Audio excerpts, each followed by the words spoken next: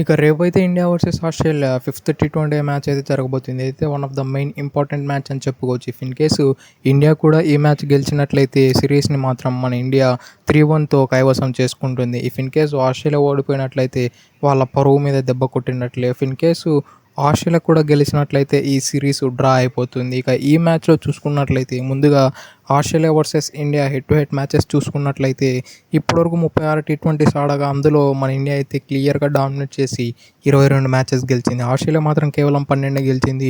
2 మాత్రం నో రిజల్ట్గా అయితే మిగిలిపోయాయి. ఇక రేపైతే ఎంతో హిస్టారిక్ చరిత్ర కలిగిన గాబా స్టేడియంలో అయితే మ్యాచ్ జరగబోతుంది. ఇదైతే ఆస్ట్రేలియాకు కంచుకోట లాంటిది. కానీ టీ20 సిరీస్లో అంత బెటర్ రికార్డ్స్ అయితే లేవు. ఇక్కడైతే ఆస్ట్రేలియా 12 మ్యాచెస్ ఆడితే కేవలం 6 మ్యాచెస్ గెలిచింది.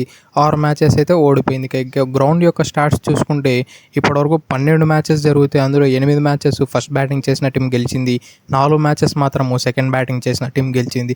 యావరేజ్ స్కోర్ చూసినట్లయితే 166గా ఉంది. ఇక్కడ మనం క్లియర్గా అబ్జర్వ్ చేస్తే ఫస్ట్ బ్యాటింగ్ చేసిన టీంకి అయితే కొంచెం ఎక్కువ అడ్వాంటేజ్ అయితే కనిపిస్తుంది. ఇక పిచ్ రిపోర్ట్ విషయానికి వస్తే ఈ పిచ్లో అయితే క్లియర్ బౌన్స్ అయితే ఉంటుందంట. ఈ బౌన్స్తో కొంచెం బ్యాటింగ్ ఫ్రెండ్లీగా కూడా పిచ్ అనేది మారిపోతుందంట. కాబట్టి బ్యాటర్స్ అనే వాళ్ళు చాలా ఎంజాయ్ చేస్తారని ఇప్పటివరకు వచ్చిన రిపోర్ట్లు అయితే చెబుతున్నాయి. ఈవెన్ రీసెంట్గా జరిగిన ఫస్ట్ క్లాస్ క్రికెట్లో కూడా ఇక్కడ ఏకంగా 209 స్కోర్ అయితే హైయెస్ట్ స్కోర్ అయితే నమోదయ్యింది. కాబట్టి ఈ గ్రౌండ్లో నెక్స్ట్ మ్యాచ్ అయితే మనం ఒక హై స్కోరింగ్ మ్యాచ్ అయితే చూడగలుగుతాం. అలానే వెదర్ రిపోర్ట్ అయితే చాలా ప్రెడిక్టబుల్గా ఉంది. ఎందుకంటే నెక్స్ట్ మ్యాచ్ అయితే ఫోర్కాస్ట్ కండిషన్స్ ఉండే అవకాశాలు చాలా ఎక్కువగా ఉన్నాయట. ఫోర్కాస్ట్ కండిషన్స్ ఉంటే పేస్ బౌలర్స్ స్వర్గధామం అని చెప్పుకోవచ్చు. అలానే వర్షం పడే అవకాశాలు కూడా చాలా ఎక్కువగా కనిపిస్తూ ఉన్నాయంట.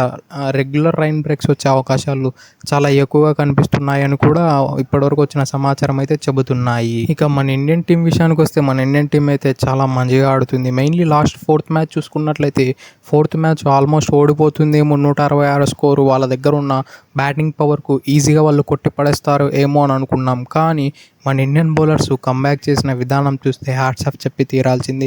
ఏమన్నా బౌలింగ్ వేశారా. మెయిన్లీ శుభమ్ దుబే, వాషింగ్టన్ సుందర్ లాంటి గోల్డెన్ ఆర్మ్ ప్లేయర్స్ అయితే మన ఇండియాకు చాలా వరకు వర్కౌట్ అయ్యారు. మెయిన్లీ శుభమ్ దుబే అయితే తీసిన 2 వికెట్లు అయితే చాలా పెద్ద వికెట్లు. మెయిన్లీ అందులో టిమ్ డేవిడ్ అయితే చాలా పెద్ద వికెట్. ఇటువంటి పెద్ద వికెట్ తీసి మన ఇండియాకి అయితే వన్ ఆఫ్ ద పెద్ద థ్రెడ్ని అయితే తప్పించాడు. If in case Tim David కూడా సెటిల్ డౌన్ అయితే అతడు ఒంటి చేత్తో ఎక్కడో ఉన్న స్కోర్ని ఎక్కడికో తీసుకువెళ్ళే కెపాసిటీ అతనికైతే టన్నుల కొద్దీ ఉంది.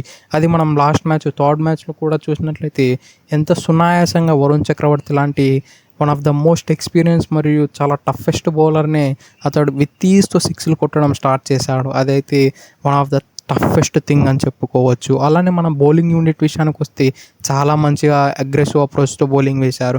మెయిన్లీ అక్షర్ పటేల్ ఎక్కడే కానీ విడ్త్ని ప్రొవైడ్ చేయకుండా అద్భుతంగా బౌలింగ్ వేసి ఆ స్టంప్ని అటాక్ చేసి పడేశాడు. మెయిన్లీ ఆ స్టంప్ని అటాక్ చేయడం వల్ల ఆస్ట్రేలియన్స్ వాళ్ళ ఆర్మ్స్ ఫ్రీ చేసుకోలేక చాలా ఇబ్బంది పడ్డారు. ఎవరో కొంతమంది ప్లేయర్లు ఎవరైతే స్వీప్ ప్రాపర్గా ఆడగలుగుతారో ఆ కొద్దిమంది ప్లేయర్లు అయితే ఆ స్వీప్ను కొట్టి అటు ఇటు తప్పించుకున్నారు. కానీ లేదంటే వాళ్ళు కూడా చాలా వరకు ఇరుక్కుపోయేవారు. ఇక మన బ్యాటింగ్ విషయానికి వస్తే శుభ్మన్ గిల్ అయితే పర్లేదని అనిపించాడు. 46 రన్లు కొట్టాడు. కానీ అతని స్ట్రైక్ రేట్ అయితే కొంచెం డ్రాప్ అయినట్లు కనిపిస్తుంది. కానీ అతని రోల్ చూసుకున్నట్లయితే అతనికి యాంకర్ కైండ్ ఆఫ్ రోల్ చాలా సూటబుల్ అవుతుంది. ఎందుకంటే మన ఇండియన్ సైడ్ చూసుకున్నట్లయితే టాప్ టు బాటమ్ అందరూ అగ్రెసివ్ హిట్టర్లే. లైక్ అభిషేక్ శర్మ, సూర్యకుమార్ యాదవ్, తిలక్ వర్మ ఎవరిని చూసుకున్నా కూడా ప్రతి ఒక్కరు పవర్ హిట్టర్లే. బాల్ 1 నుంచి అటాక్ చేయడానికే ప్రయత్నిస్తూ ఉంటారు.